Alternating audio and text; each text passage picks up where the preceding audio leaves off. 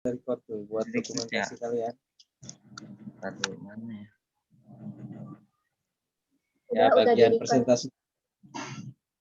Bagian presentasinya aja nggak apa-apa. Assalamualaikum warahmatullahi wabarakatuh. Waalaikumsalam. Assalamualaikum warahmatullahi. Asyhadu an la ilaha illallah wa asyhadu anna Muhammadan abduhu wa rasulullah nabiyya ba'da. Alhamdulillahirabbil alamin. Kita panjatkan puji syukur kehadirat Allah Subhanahu wa taala yang telah memberikan kita nikmat iman, Islam serta sehat sehingga kita bisa berkumpul dalam pembelajaran atau perkuliahan walaupun secara daring. Tak lupa salam serta salawat kita haturkan pada junjungan kita Nabi besar Muhammad Sallallahu Alaihi Wasallam beserta keluarga, sahabat, dan pengikutnya yang insya Allah senantiasa istiqomah hingga akhir nanti. Terima kasih buat Bapak dosen dan teman-teman yang telah memberikan kesempatan kepada kami, kelompok 4 yang terdiri dari saya sendiri adalah Lisa dan rekan saya Amin.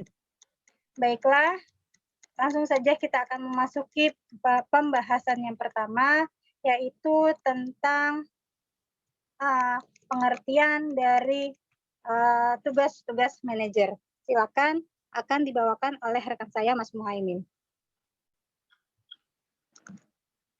Ya, terima kasih Bu Lisa. Ada suaranya nggak Bu? Ada.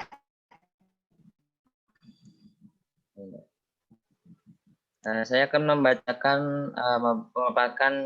hasil makalah yang pertama itu tugas manajemen, tugas manajer.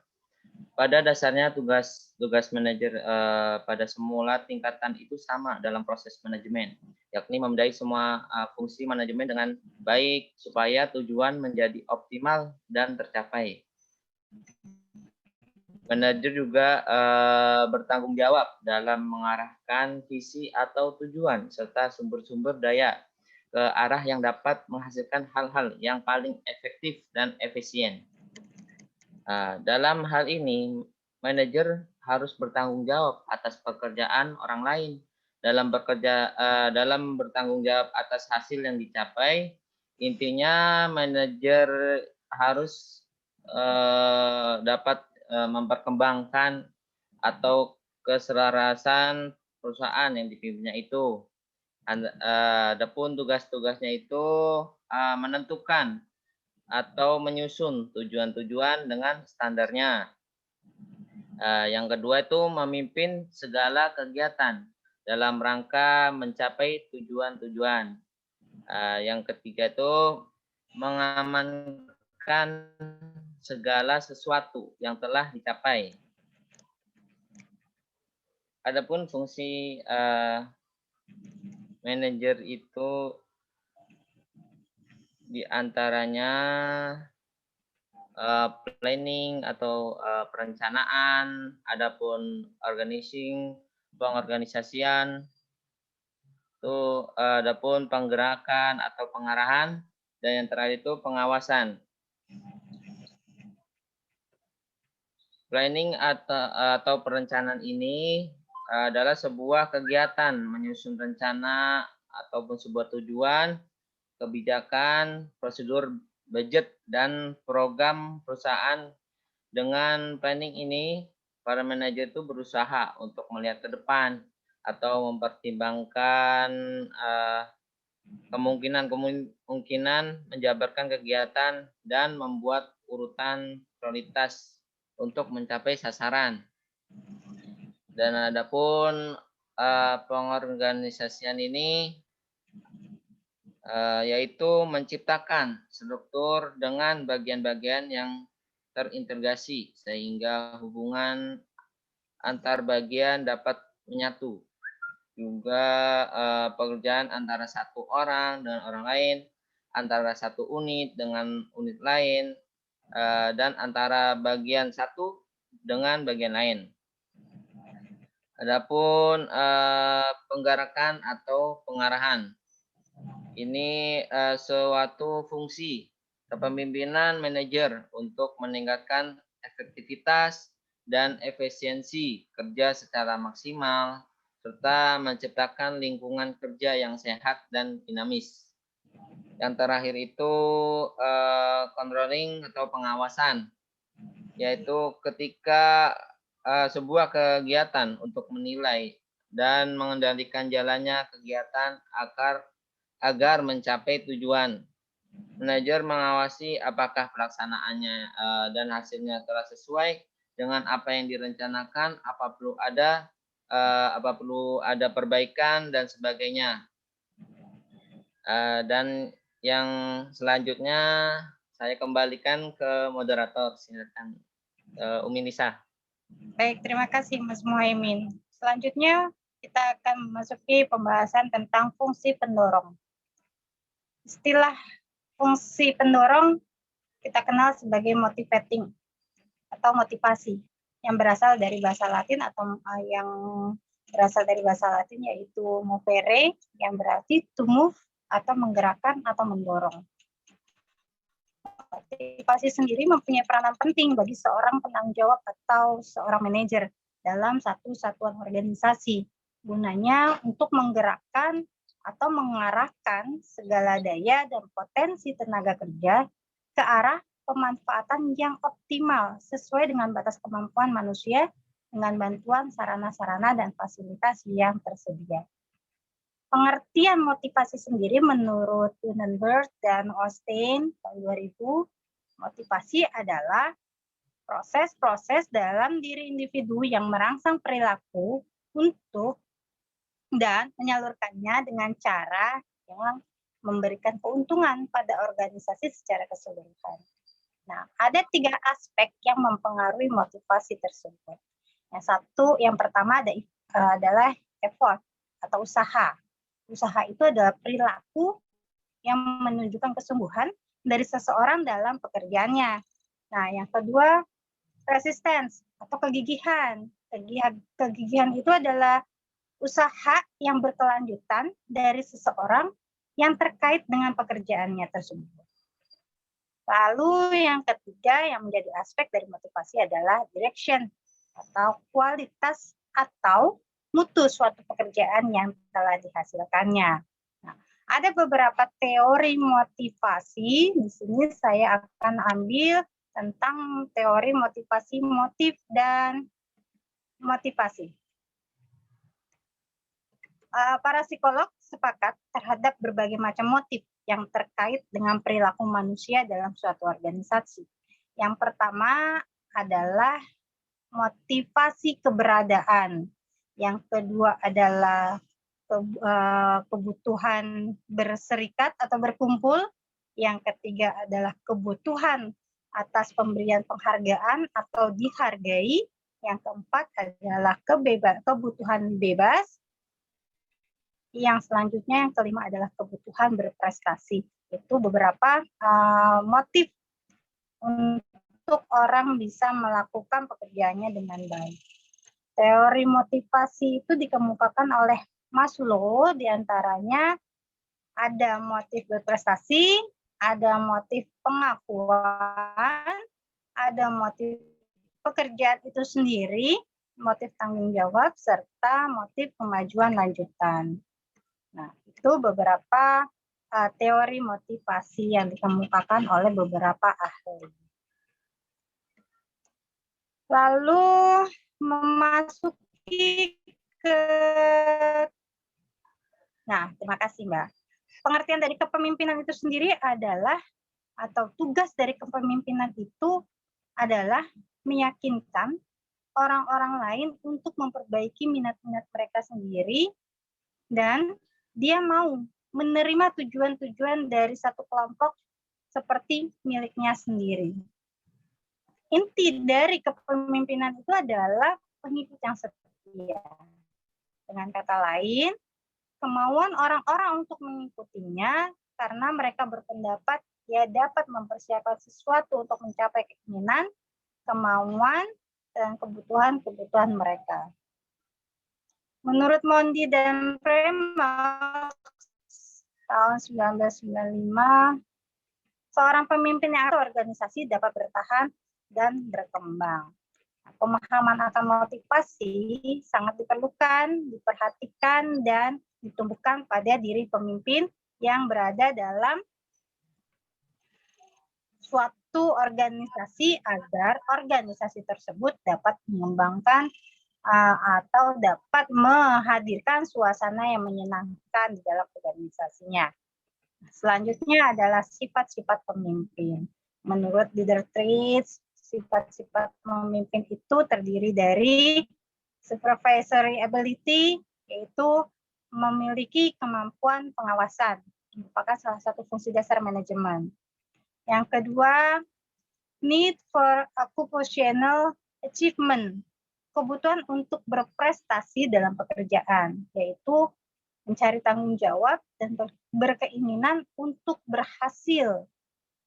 Yang selanjutnya adalah intelligence atau cerdas, kreatif, dan berkemampuan berbicara, termasuk memberikan pertimbangan, memberikan alasannya, dan kemampuan untuk berpikir. Lalu yang selanjutnya adalah mampu memberikan keputusan, kemampuan membuat keputusan, dan memiliki kemampuan dan kecermatan atau ketepatan memecahkan masalah-masalah. Yang selanjutnya adalah self-assurance, jaminan diri. Atas pandangannya sendiri, ia mampu menyelesaikan masalah-masalah tersebut. Yang selanjutnya adalah inisiatif, memiliki prakarsa atau inisiatif, kemampuan bertindak bebas. Nah, kalau menurut Warren Bennis, 7 sifat pemimpin yang efektif adalah sebagai berikut. Yang pertama, mengembangkan visi. Yang kedua, mempunyai konsep. Yang ketiga, memiliki rasa berkelanjutan dan signifikan. Yang keempat, berpikir dengan dasar yang kuat. Yang kelima, jujur dan belajar bagaimana menyaring informasi yang belum waktunya diambil tindakan sesuai dengan pola kerjanya. Yang selanjutnya menjadi perancang.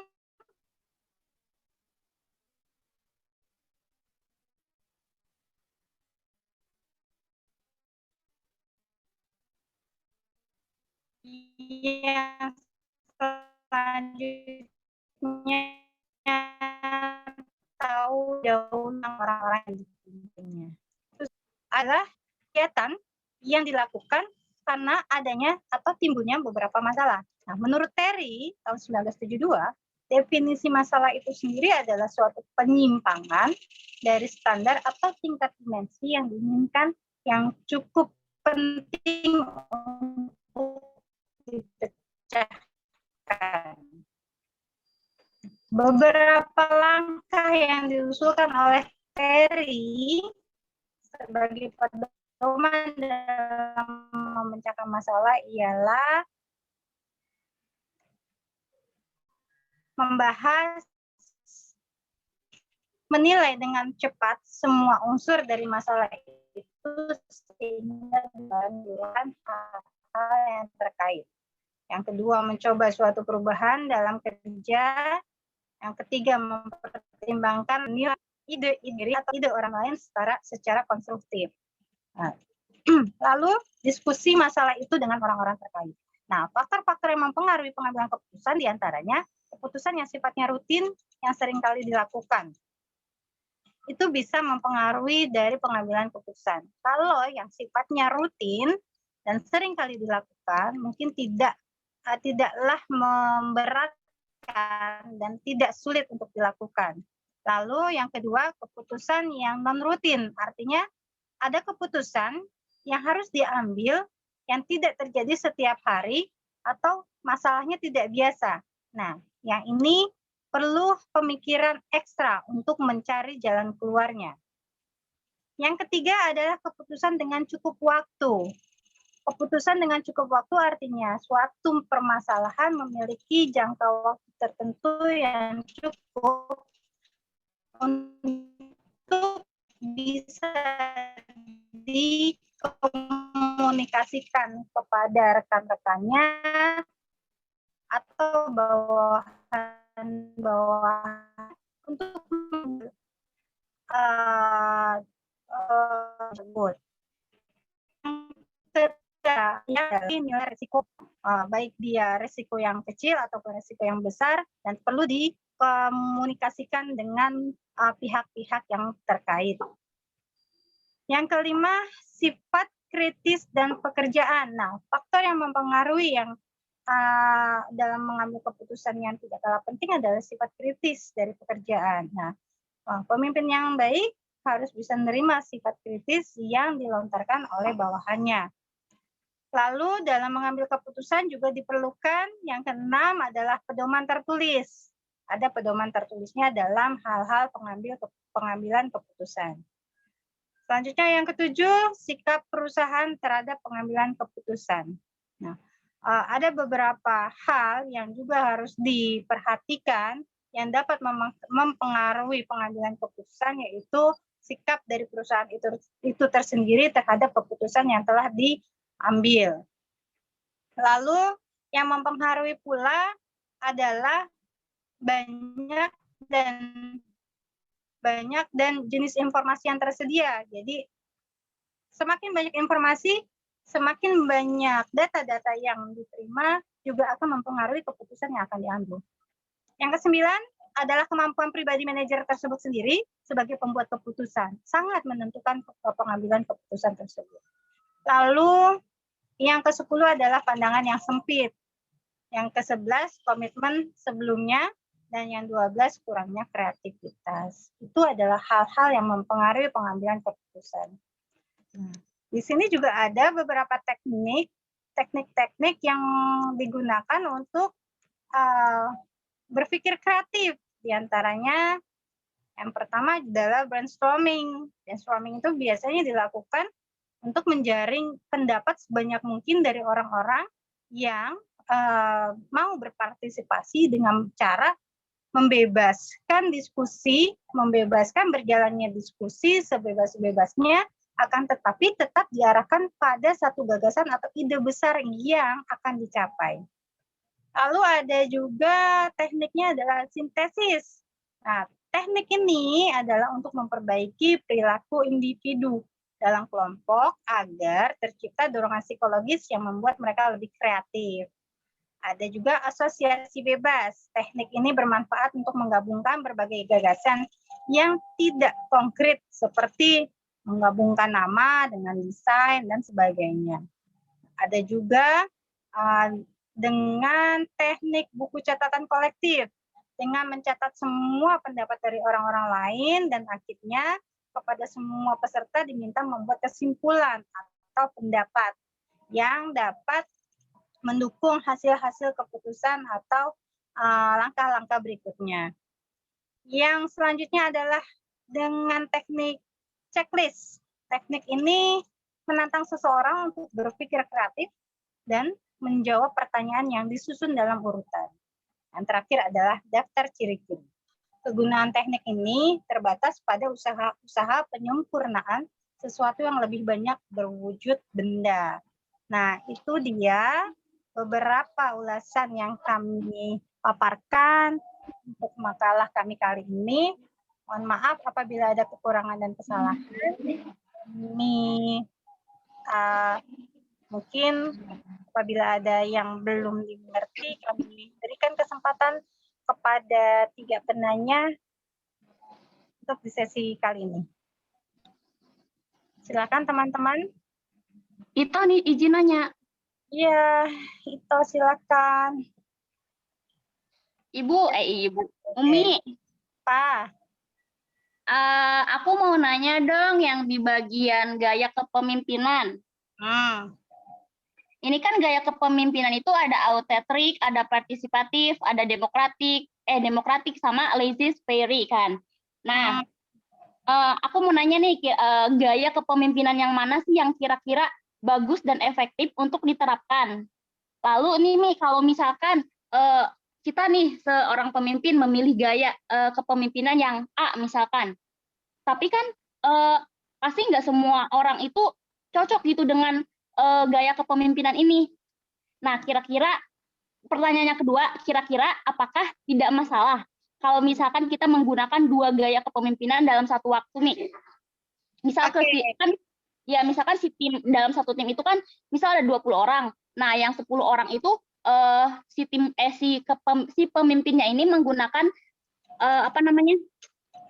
gaya kepemimpinan yang A misalkan, lalu yang si 10 orangnya itu menggunakan kepemimpinan yang B misalkan kayak gitu. Bisa nggak kalau misalkan begitu? Makasih, Mi. Pertanyaannya panjang banget. Ngerti nggak sih Mi ngomongnya? Apa yang aku sampaikan ngerti nggak sih? Oke, coba diulang untuk pertanyaan yang pertama. Aku kok belibet ngomongnya. Jadi pertanyaannya itu ada 2 nih, Mi. Iya. Pertanyaan itu beranak. Beranak. Iya. Iya. Anaknya. Yang pertama? Jadi pertanyaan yang pertama itu kira-kira gaya kepemimpinan yang mana yang bagus dan efektif untuk diterapkan, ya kan? Nah, terus pertanyaan anaknya ini, kalau misalkan seandainya kita memilih gaya kepemimpinan yang A, sementara kan nggak semua orang itu cocok gitu dengan gaya kepemimpinan ini. Si timnya ini nggak cocok gitu dengan gaya kepemimpinan ini. Nah, kira-kira masalah nggak sih kalau misalkan si pemimpinnya ini menggunakan 2 gaya kepemimpinan dalam satu waktu gitu? Oke. Jadi seorang pemimpin itu ngikutin bawahannya ya?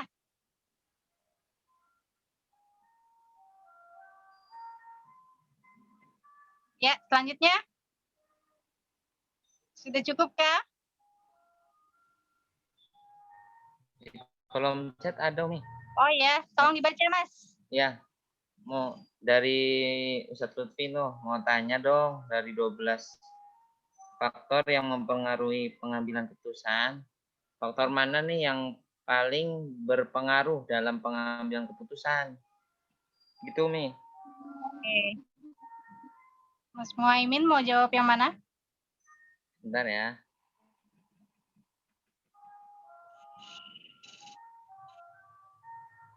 Aduh, ada tukang es krim nih. Jadi haus ya?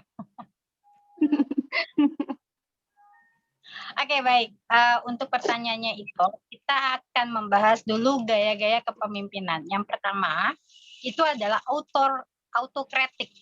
Autokritik artinya, ini gaya pemimpin ini hanya menyuruh kerjakan apa yang udah ditentuin sama pemimpinnya. Dan harus dipatuhi tanpa tanya-tanya. Ibaratnya apa ya? Otoriter.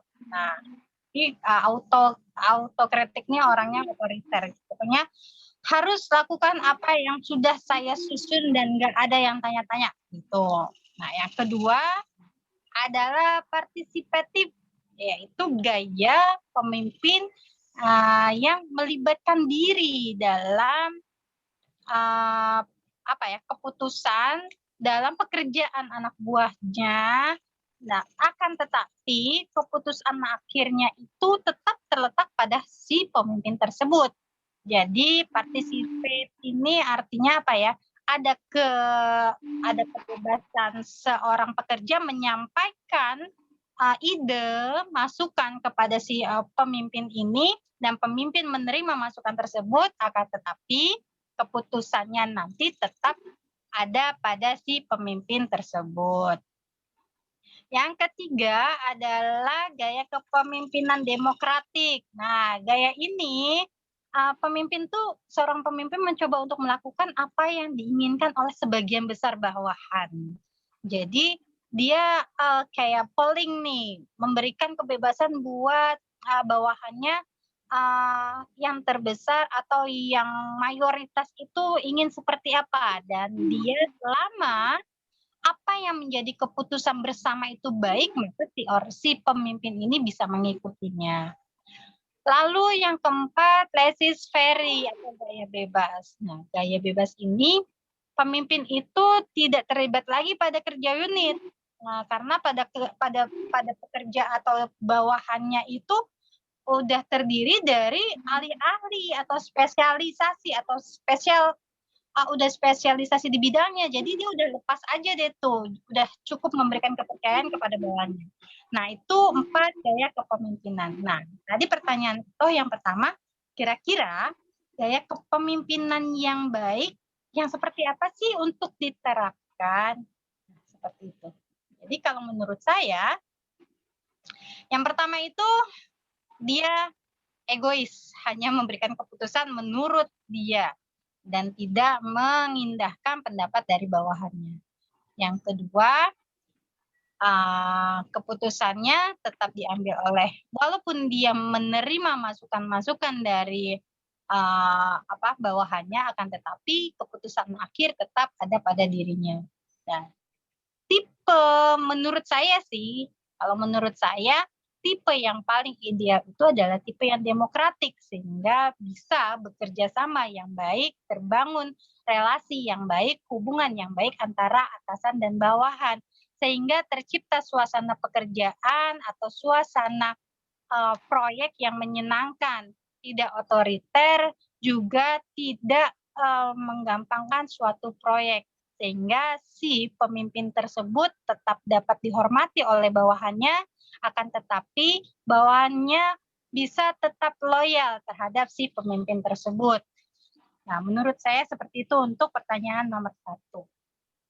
Lalu pertanyaan yang kedua, gaya kepemimpinan, misalkan kita gaya kepemimpinannya tuh yang pertama otoriter, pokoknya kalian harus kerjakan apa yang saya suruh. Ternyata bawahannya ini adalah tipe-tipe yang nggak suka sama pemimpin yang otoriter, ya kan? Terus akhirnya banyak pekerjaannya tidak dilakukan oleh atau proyek yang tidak dilakukan oleh bawahannya. Nah, untuk menyeimbangkan supaya anak-anak buahnya nih nggak ngambek, akhirnya si pemimpin ini merubah gaya kepemimpinannya ya menjadi apa yang diinginkan oleh bawahannya. Ya, masuk ke demokratik ya, Demokratik. pengennya demokratik gitu. Nah, akhirnya si pemimpin memutuskan untuk udah deh gaya kepemimpinan saya rubah jadi demokratik. Menurut saya, kalau itu untuk kebaikan bersama, itu nggak masalah untuk merubah gaya kepemimpinan. Karena bagaimanapun gaya kepemimpinan itu akan kembali kepada diri kita sendiri sebagai seorang pemimpin. Akan kembali kepada kepribadian kita sendiri sebagai seorang pemimpin, sebagai sosok yang kita sendiri berharap untuk bisa dihargai oleh orang lain. Ketika kita berharap dihargai orang lain, maka kuncinya adalah kita juga harus menghargai orang lain. Seperti itu pendapat saya. Bagaimana Mas Muhaimin, apakah mau ditambahkan? Nah, cukup kayaknya Ibu. Cukup? Gimana Mbak Ito atas jawabannya, apakah sudah terjawab? Oke, udah cukup sepertinya Umi. Thank you very much. You're welcome. Terima kasih. Untuk selanjutnya pertanyaan dari Mas Lutfi ya? Iya. Faktor mana yang paling berpengaruh dalam pengambilan keputusan? Silakan Mas Muhaimin. Ya, saya akan menjawab pertanyaan dari Ustaz Lutfi. Faktor apa yang mempengaruhi yang paling berpengaruh dalam pengambilan keputusan itu kemampuan pribadi manajer sebagai pembuat keputusan itu ya. Jadi kan manajer itu kan mengolah itu mengatur semua semua lembaga. Jadi semuanya itu dibicarakan dengan baik, dengan musyawarah, ya kan. Terus adapun kayak penggerakannya itu, ya kan. Gitu aja sih Bu. Ya, terima kasih Mas Muhaimin atas penjelasannya. Ya, benar sekali, menurut Mas Muhaimin adalah yang sangat mempengaruhi faktor pengambilan keputusan adalah kembali kepada si pemimpin tersebut, yaitu kemampuan pribadi seorang manajer sebagai pembuat keputusan. Kematangan pemikiran, pengalaman, dan sikapnya itu adalah yang menentukan untuk pengambilan keputusan selanjutnya.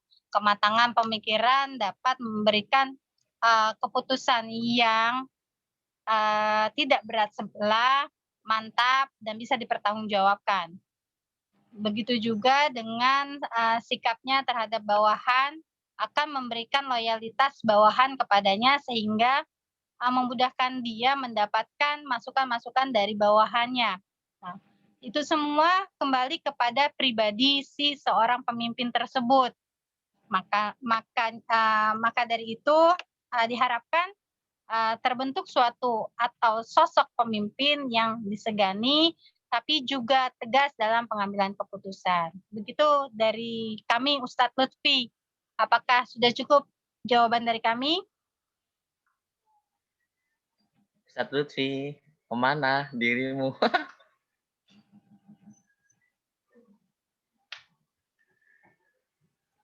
Oke, mungkin yang saya tanyakan yang di PP itu yang mana dari 12 faktor itu? Maksudnya? Dari PPT tersebut adalah nomor 9 dari 12 faktor yang disebutkan Mas Lutfi atau Ustadz Lutfi. Sudah cukup jelas? Halo Ustadz. Mungkin dia lagi nyiapkan takjil ya. Oh iya, atau lagi jualan takjil. Iya, lain pelanggan. Nyiapin takjil sambil ngopi kayaknya. Ya, silakan teman-teman, satu penanya lagi.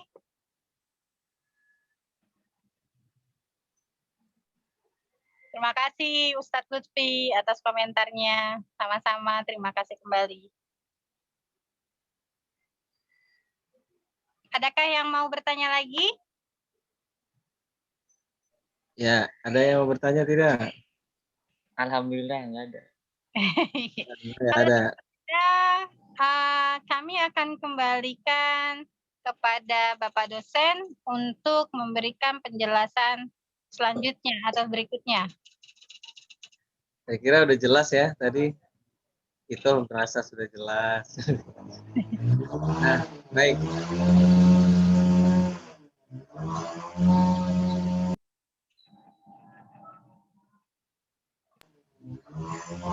Ya, ini ada motor di tetangga nih. Lagi. Baik, di dalam pembahasan tadi saya kira cukup cukup jelas yang sudah dipaparkan oleh pemateri dan juga di dalam diskusi. Namun ada satu hal yang perlu kita pahami bahwa konteks diskusi kita ini adalah manajemen di dalam domain pendidikan. Maka perlu kita tarik bagaimana konsep manajerial ini, konsep manajemen ini di dalam atau di ranah domain pendidikan, gitu ya. Itu yang pertama. Sehingga ketika kita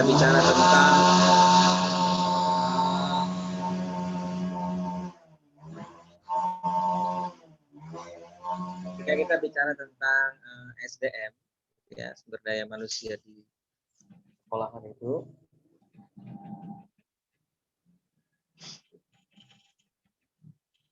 ketika kita bicara tentang manajemen SDM, ya, SDM, kemudian di lembaga pendidikan, maka kan ada dua kategori, ya. Yang pertama adalah tenaga pendidiknya, guru, gitu ya. Kemudian ada tenaga kependidikannya, ya. Jadi ada pendidiknya, ada tenaga kependidikannya, artinya support dari guru. Siapa misalnya tata usaha, kemudian ada kebersihan, ada penjaga sekolah dan lain-lain ya. Kemudian ada juga stakeholdernya, siapa misalnya orang tua, pemilik yayasannya, penyelenggara badan hukum penyelenggaranya, ya. Nah ini kita tarik konsep manajemen tadi ke dalam kerana domain pendidikan. Nah ini yang tadi belum masuk ke dalam masuk penetrasi ke dalam pembahasan yang Iya, itu, Pak. betul ya? Jadi tolong coba disempurnakan PPT-nya agar bisa menyentuh ranah pendidikan. Bagaimana sih sebetulnya mengelola guru yang ideal? Misalnya kita bicara sama pertanyaannya Itoh misalnya tadi, Itoh bertanya yang ideal itu model leadership-nya seperti apa gitu ya. Nah, kalau di perusahaan mungkin ada dua paradigma yang berbeda ya. Kalau di sekolahan itu lembaga pendidikan paradigmanya adalah non profit oriented juga sosial ada dimensi sosialnya gitu ya. Sedang di dalam Ya. di dalam itu sangat mencari laba gitu ya. Dan di lembaga pendidikan ini dia berada di tengah-tengah, bahkan cenderung ke aspek sosial gitu ya. Aspek sosial itu lembaga pendidikan gitu ya. Nah, sehingga ketika kita bicara mana yang ideal kepemimpinannya gitu kan. Ada tadi satu model kepemimpinan yang mungkin belum tersentuh di kita sebagai pendidikan agama Islam, yaitu namanya prophetic leadership. Pernah dengar ya? Prophetic leadership. Prophet. Profet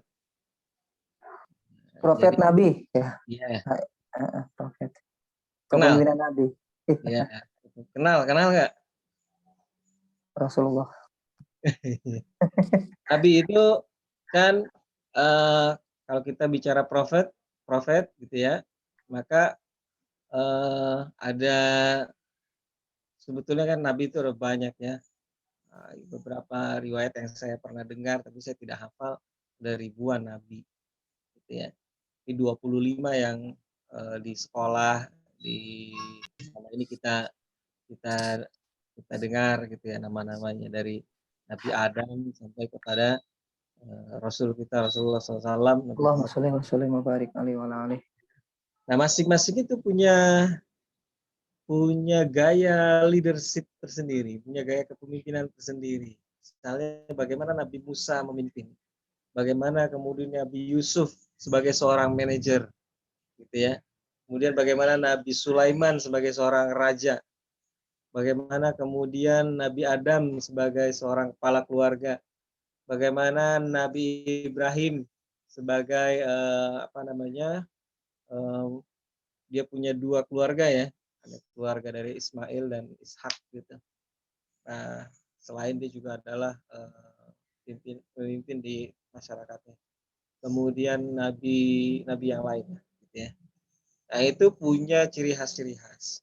Tapi garis benang merahnya di antara para nabi itu adalah bahwa keputusan yang diambil, ya, dia berada di dalam koridor wahyu Tuhan, gitu ya.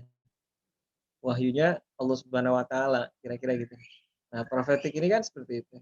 Sehingga ketika kita mengambil model demokratis, ya, democratic leadership, demokratis itu kan dari demos dan kritein, artinya kekuasaan itu dipegang oleh orang banyak, kekuasaan di tangan orang banyak, ya, di demokratis.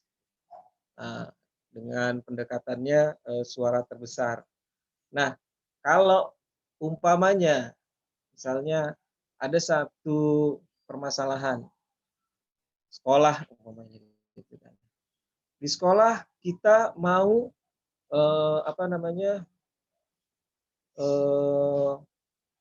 memperbolehkan gitu ya siswa-siswinya misalnya menggunakan rok pendek. Nah, gitu. Atas dasar itu. Kemudian diambil suara terbesar, suara terbanyak. Maka ternyata sebagian besar setuju. Nah, kalau kita menggunakan pendekatan demokratis tadi, maka keputusan itu akan kita ambil. Sedangkan prophetic leadership itu tidak. Kita akan kembalikan kepada dalilnya dulu. apakah itu diperbolehkan, apakah ada hukumnya turunannya, ataukah dia di mana ranahnya gitu. Nah, sehingga prophetic leadership ini punya punya gayanya tersendiri. Gitu. Ada kasus-kasus di mana Rasulullah mengambil keputusan atas pertimbangan para sahabatnya, gitu ya. Namun ada hal keputusan-keputusan yang tidak, walaupun semua mengatakan iya, dia katakan tidak, ini sudah ketentuan dari Allah Subhanahu wa taala, tidak bisa kan. Gitu. Namun ada kala-kalanya dalam konteks-konteks yang lain, misalnya bagaimana dia melakukan pembinaan kepada sahabat-sahabat yang suka mabuk, gitu ya, minum-minum pada masanya, punya kebiasaan mabuk. Dari mulai jangan kamu mendekati sholat kalau kamu mabuk, gitu ya, sampai kepada fase di mana qaliluhu wa kathiruhu haram, sedikit banyaknya haram, gitu ya. Nah, ini adalah bentuk-bentuk kepemimpinan. Kemudian ketika bicara tentang kepemimpinan juga, kita bicara tentang delegasi. Bagaimana kita mendelegasikan kewenangan gitu pada unit-unit atau organ-organ di bawah si leader ini, di bawah manajer ini. Ya, sehingga bergeraklah. Kaki kanan, kaki kiri bergerak. Kalau bergerak dia kemudian organisasi akan berjalan. Nah,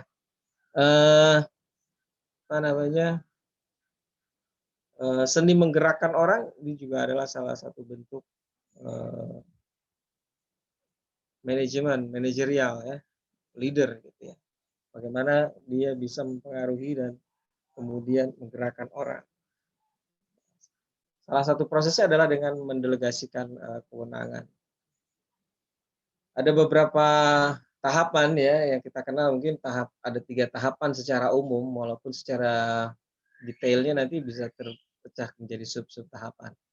Yang 3 ini misalnya kita lihat kalau ada satu pekerjaan.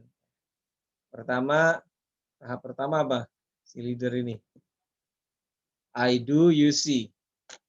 Aku yang mengerjakan, kamu melihat. Oke. Saya kerjakan, kamu lihat ya. Nah, setelah itu tahap berikutnya apa? Kamu yang kerjakan, aku melihat. Benar kan? Nah, kemudian tahap ketiga apa? Baru kamu kerjakan, aku tidak melihat. Kan gitu. Ini kan tahap delegasi. Ini di dalam hampir di dalam semua organisasi kita bisa menerapkan ini. Walaupun prosesnya nggak langsung 3 tahap begitu, ke 3 kali. Kadang-kadang kan kita sebagai leader atau sebagai taruhlah kalian nanti jadi kepala sekolah atau jadi pemimpin perusahaan, punya bisnis gitu kan. Atau di organisasi lah, di BEM atau di angkatan kalian gitu kan. Harus berapa kali sih aku bilangin kan gitu ya. Nah, padahal prosesnya bertahap dan kemampuan seorang pemimpin itu dia harus mengenali potensi yang dia pimpin gitu, sehingga bisa optimal. Jangan sampai ada orang yang dia orang lapangan tapi diberikan desk job, diberikan tugas meja. Jangan sampai juga sebaliknya, ada orang yang sebetulnya dia bidangnya di meja, dia selesai kerjaan tuh, administrasi dan lain-lain, tapi dikasih tugas ke lapangan, suruh ngubungin narasumber dan lain-lain, itu jadi menderita dia. Nah, mendelegasikannya jadi, oke, lihat aku kerjakan, kamu lihat ya. Oke, besok kedua aku kerjakan lagi, kamu lihat ya. Oke, besok ketiga lagi, ini aku kerjakan, kamu lihat. 3 kali. Besoknya lagi, kamu kerjakan, aku kerjakan juga. Besoknya lagi, aku kerjakan juga, kamu kerjakan juga. Tapi porsinya sudah lebih banyak ke bawahan kita. Besoknya lagi apa? Kamu mulai kerjakan, aku liatin. Gitu ya. Aku yang ngoreksi. Sebelum dilihatin, dikoreksi dulu. Oke, besok kamu kerjakan lagi, aku ngoreksi lagi. Besok kamu kerjakan lagi, aku ngelihat, kamu yang ngoreksi.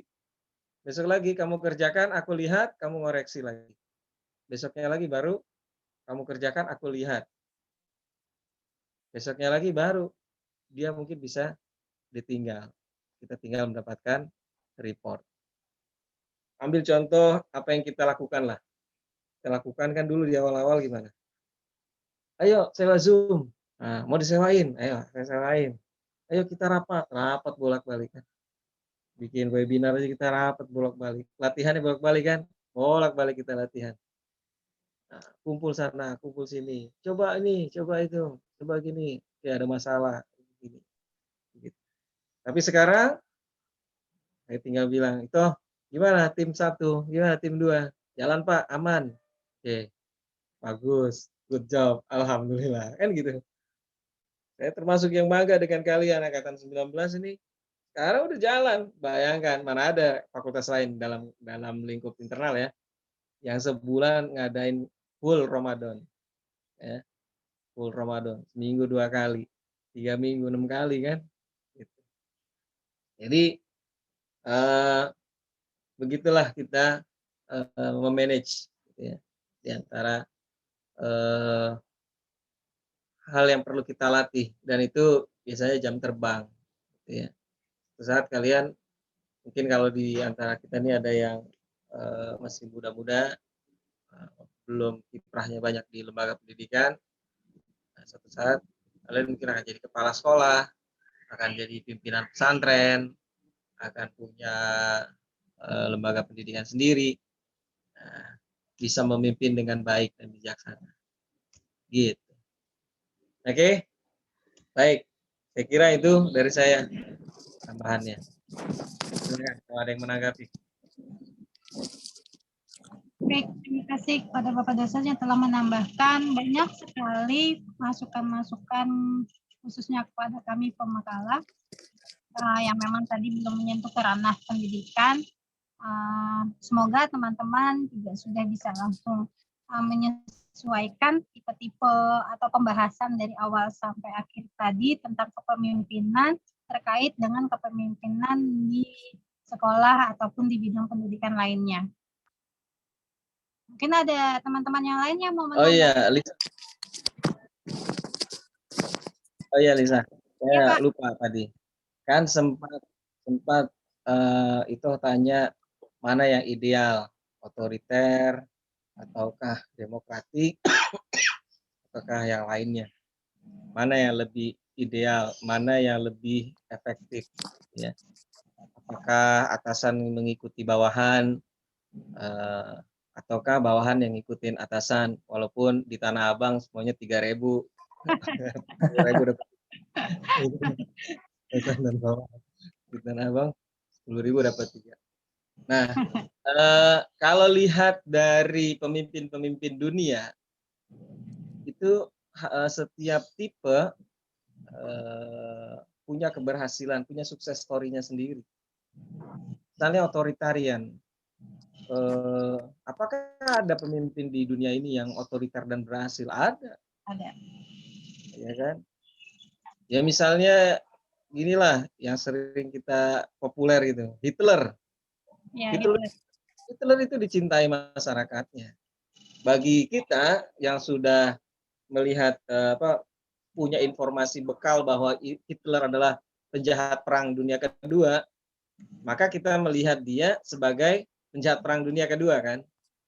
Tapi coba kamu trace, lihat informasi-informasi ketika Hitler berjaya, bagaimana dia dicintai oleh masyarakatnya gitu. Ini sangat otoriter ya, dan dia fasis kan, terpengaruh oleh konsepnya Machiavelli, konsepnya Marxisme. Begitu juga Stalin yang tadinya bersahabat kemudian berperang ya dengan Hitler. Itu juga otoritarian. Terus yang di Korea Utara untuk yang sekarang, Korea Utara otoriter juga kan? Iya. Otoriter juga. Berhasil nggak? Korea Utara termasuk negara yang kuat saat ini dan diperhitungkan oleh negara seperti Amerika yang adik kuasa. Ya. Nah, otoriter. Jadi model-model leadership ini muncul kan gini, Kenapa kategorisasi leader ini bisa muncul? Karena para ilmuwan ini, ilmuwan sosiologi, ilmuwan tentang manajemen, dia membaca fenomena di masyarakat. Sehingga dia punya model, oh iya ini modelnya ini ya, oh ini model ini. Muncullah domain-domain gitu ya, muncullah kategori-kategori dari model-model yang dari fenomena dan model-model yang berkembang di masyarakat. Kemudian demokratis, ada tidak sukses story-nya? Ya ada juga. Negara-negara yang menggunakan pendekatan leadership-nya demokratis, ya ada juga yang sukses story. Jadi kalau dikatakan mana yang lebih ideal, kita bisa kontekstual menjawabnya, bisa sangat kontekstual untuk menjawab hal tersebut. Ya. Bagi kita, seorang Muslim, yang ideal adalah yang prophetic leadership, bahwa segala sesuatunya itu punya batasan, gitu kan? Batasannya apa? Ya ajaran kita. Walaupun nanti akan ada khilafiat ya, perbedaan-perbedaan yang sifatnya ya kayak beginilah yang umum. Misalnya yang satu kunut, yang satu tidak kunut, yang satu doa habis sholat, yang satu tidak doa habis sholat. Kira-kira gitulah ya. Nah, meskipun di dalam ajaran ini nanti akan ada pemahaman-pemahaman sifatnya ya cabang gitu ya. Nah, sehingga yang ideal bagi kita ya yang gaya kepemimpinannya seperti itu. Misalnya kalian memimpin, punya perusahaan, punya sekolah lagi. Ajak guru-gurunya, untuk apa kalian mengajar di sekolah ini? Ternyata mengajar di sekolah ini adalah menjalankan perintahnya Allah Subhanahu wa taala. Apa tuh? Thalabul ilmi faridotun ala kulli muslimin kan gitu. Maka ketika Anda atau ketika kita terlibat di dalam proses thalabul ilmi ini, memberikan ilmu kepada siswa, kemudian kita juga menjaring ilmu agar kita bisa memberikan ilmu kepada siswa, ataupun kita belajar bersama-sama siswa thalabul ilminya, gitu kan? Kita sedang berada di jihad fisabilillah, kan gitu. Nah, hal-hal yang kayak begini, ini mungkin kita temukan di perusahaan yang sifatnya kapitalistik, gitu kan? Bagaimana dia kemudian konsep manajemennya adalah dengan modal sedikit-sedikit sekecil-kecilnya, kemudian dia bisa memperoleh keuntungan yang sebesar-besarnya dalam sisi material, gitu ya, profit orientation, gitu ya. Sedangkan kita ketika bicara sebagai seorang Muslim, maka yang ideal seperti itu. Contoh lain yang dekat dengan kita lah, Fakultas Agama Islam. Berapa kali kalian mendengar kan saya menyampaikan, kita ini Fakultas Agama Islam. Yang kita bawa apa? Brandnya Islam. Apa dalilnya? Inna dina indallahi Islam. Ini kita lagi bawa brandnya Allah Subhanahu wa taala. Kalau kita berbuat yang nggak benar, yang malu siapa? Malu kita. Siapa lagi yang malu? Lebih malu lagi Nabi Muhammad. Siapa lagi? Allah tuh kagak suka kan gitu. Kira-kira. Nah, ini salah satu modal mana organisasi bisa kita gerakkan, bahwa apa yang kita lakukan ini punya orientasi yang tidak hanya sifatnya duniawi, tapi juga ada sifatnya ukhrawi. Karena kita punya identitas kita sendiri. Apa tadi? Seorang Muslim, gitu ya. Dan gaya leadership-nya bisa seperti itu. Walaupun nanti di dalam praktek-praktek yang sifatnya teknis, misalnya itu kita bisa mengkombinasikan, gitu ya, mengombinasikan gaya-gaya tipe-tipe tertentu. Misalnya kita punya kelas, oke? Saya punya kelas nih, ada Ito, ada Lisa, ada Lutfi, begitu ya, yang karakter, kedengeran ya suara saya ya? Kedengeran Pak. Yang karakternya adalah dominan atau koleris misalnya ya, kalau ada yang ini baginya ada koleris, pragmatis, kemudian ada melankolis. Itu melankolis, Pak. Dominan. Siapa yang melankolis? Lisa melankolis. Ya. Melankolis tuh ini hatinya lembut, biasanya mudah tersentuh. Sensi, Pak. Hah? Sensi. Peka sama keindahan, itu peka. Misalnya lihat pajangan miring aja nggak bisa dia ngeliat, oh pajangan miring nggak boleh. Ya, dilurusin gitu ya. Nah, ketika kita punya tim itu, tadi kan itu yang pertanyaannya. Bisa nggak Pak kita pakai model ini? Oh, tanya Pak. Ya. Jadi dari dua gaya kepemimpinan yang tadi itu berhasil atas dasar perspektif masing-masing kelompok atau bukan ya Pak? Iya. Makanya kan gini, Hitler di keluarganya, di masyarakatnya Führer itu kan adalah orang yang mereka cintai kan, punya loyalis yang cukup besar. Tapi di sisi lain ada yang tidak suka juga. Karena dia kalah perang dunia kedua aja, dia akhirnya menjadi penjahat perang. Coba kalau dia menang perang dunia kedua, sejarah beda nanti. Ya bisa berbeda itu.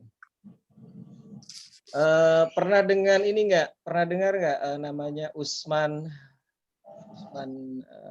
siapa namanya? Dua orang, Harun dan siapa namanya? Usman Harun. Dua orang intelijen kita yang berhasil melakukan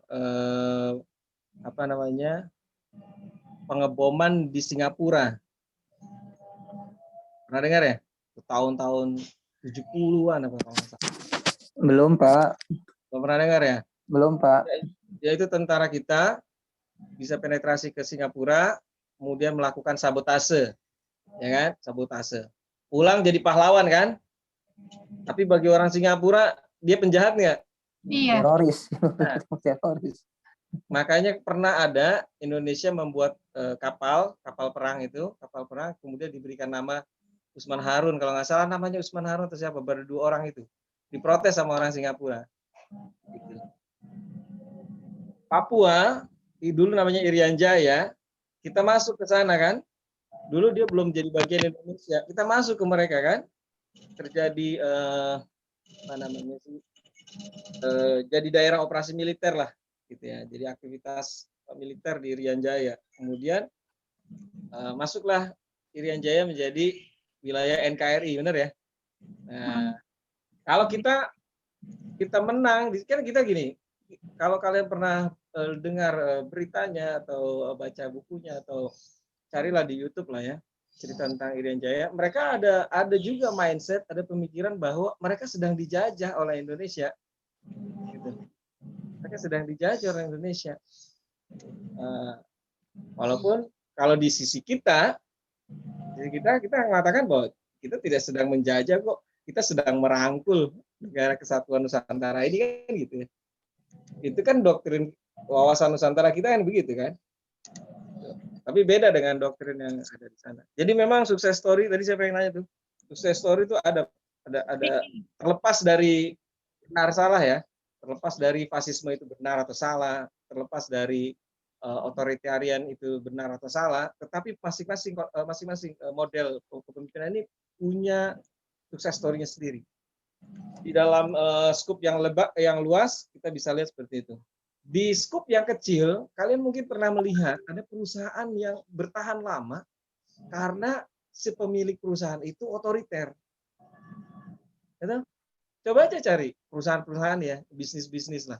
Misalnya perusahaan Jarum, Sampurna, terus misalnya siapa namanya yang itu Nyonya Menir yang sudah berdiri sejak tahun berapa tuh nggak duduk-duduk ya kan? Jamunya Menir. Nyonya Menir yang nggak pernah duduk-duduk sejak tahun 19 berapa itu.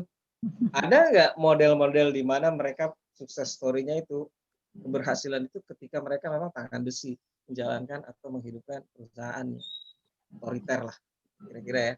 Seperti itu. Nah, jadi saya kira itu apa namanya, setiap model punya sukses story-nya. Terus kembali ke yang itu tadi. Ya, itu tadi itu apa ya? Sampai mana tadi kita tuh jawabannya? Setiap pemimpin tidak ada yang ideal. Bukan tidak ada yang ideal. Ideal itu nanti bisa tergantung gini. Kita bisa mengombinasikan gitu ya, memadukan model-model itu tadi sampai situ ya toh. Oh iya. Kita bisa memadukan model-model atau melihat situasi tim kita ini dia banyak orang banyak yang mata elang lah istilahnya, tanda petik. Mata elang itu artinya apa? Dia dikasih tahu gini langsung jalan gitu. Ya. Terus atau tim kita itu punya ide-ide kreatif yang liar dan sebetulnya sangat-sangat apa namanya produktif di dalam menghasilkan ide. Maka kita bisa saja membuat tim berada di tim itu, kemudian memimpin tim itu dengan gaya partisipatif atau demokratis gitu ya. Kamu punya ide apa? Kamu punya ide apa? Oke, gimana cara mengelaborasinya? Gini. Oke, sip. Gimana cara kita eksekusi? Gini aja, Pak. Oke, good. Ini kalau begini gimana caranya? Oke, ini ide. Kalau menurutmu apa resikonya? Gini, Pak. Oke, ya udah. Bisa dijalankan? Bisa. Kapan selesai? Sekian. Jalan mereka. Itu timnya tim mata elang lah kira-kira gitu. Tapi ada juga itu berada di tim. Gimana? Ada pertanyaan? Diam semua gitu kan. Terus ada yang punya ide? Nggak ada semua gitu kan. Terus coba kamu, enggak dia aja duluan Pak. Enggak dia aja duluan Pak. Duh ini bagus Pak. Misalnya gitu kan. Nah, ini kemudian itu bisa mengambil model ya udah kalian begini ya. Baik, Pak. Jalan. Kemudian diawasi. Gimana? Udah sampai mana? Dikerjain belum? Aduh, ayo cepet. Dimotivasi lagi kan gitu. Nah, ini modelnya bisa berbeda. Ada juga modelnya yang tambeng orang-orang ya kan. Orang-orangnya tambeng, dikasih tahu nggak mau dikasih tahu. Udah, kalau nggak kerjakan ini. Kalau kamu nggak ngerjain ini, saya pecat, saya turunin gaji misalnya menggunakan pendekatan reward and punishment. Dia sangat dia otoriter gitu ya. Nah, itu juga bisa dilakukan. Apakah bisa memodifikasi kita mengkombinasikannya itu bisa saja gitu. Kalau kita mau karena kita berada di tapi nantinya toh setiap orang itu akan punya gayanya sendiri biasanya. Bagaimana muncul gayanya itu karena dikonstruksi dari pengalaman hidup dia, dari sistem belief yang dia yakini, dari ilmu-ilmu yang dia miliki. Nah, itu dia akan membentuk gayanya sendiri. Makanya ada riset-riset gaya kepemimpinan. Kalian tuh bisa jadi salah satu judul tuh nanti nih. Misalnya untuk kelompok ini nih, kelompok Risa sama Muhaimin. Nah, bisa judulnya misalnya gaya kepemimpinan Kiai siapa? Dalam memimpin pondok pesantren ABCD. Gaya kepemimpinan Ustadz siapa gitu kan ya. Siapa pimpinan pondok siapa di dalam memimpin. Jadi itu risetnya. Karena setiap orang kemudian pada akhirnya akan punya karakteristik dan gayanya. Gitu, Neng itu. Oke? Mudah terjawab.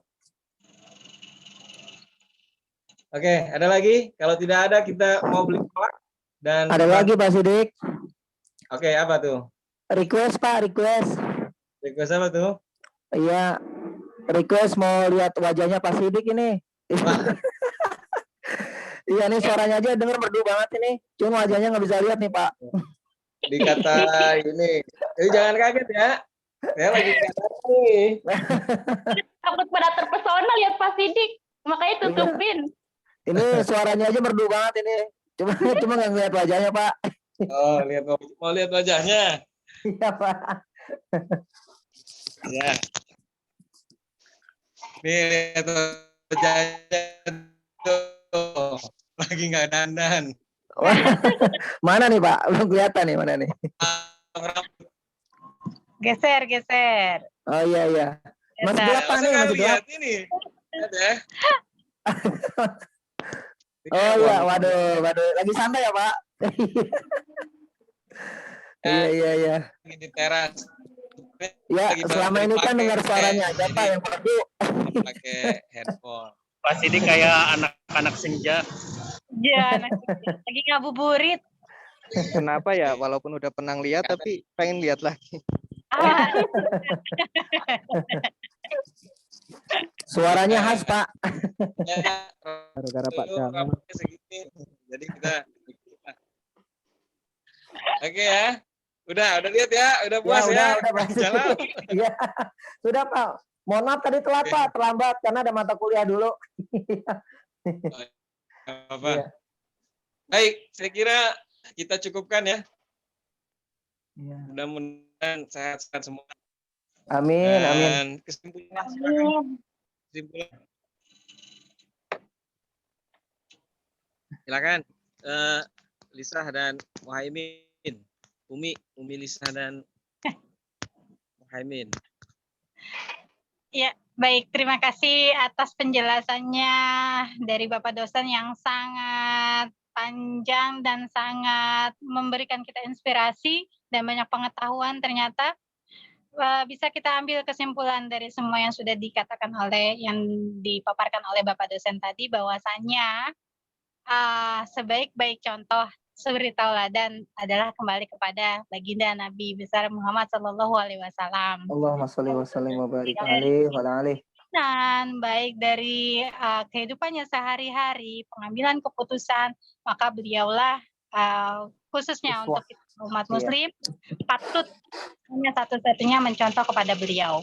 Baik teman-teman, terima kasih atas waktunya hari ini. Semoga dilancarkan puasanya. Semoga Amin ya Allah. semua. Kita tutup kuliah kita sore hari ini dengan sama-sama membaca hamdalah. Alhamdulillahirabbil alamin. Alhamdulillahirabbil alamin. La ilaha illa anta astaghfiruka wa atubu ilaik. Subhanakallahumma wa bihamdika asyhadu an la ilaha illa anta astaghfiruka wa atubu ilaik. Oh ya, jangan lupa di Google Classroom isi daftar hadirnya. Kemudian hari ini siapa yang hadir kasih tahu saya juga. Dan refleksi belajar ya. Kadang-kadang itu kan ada yang masuk ke Zoom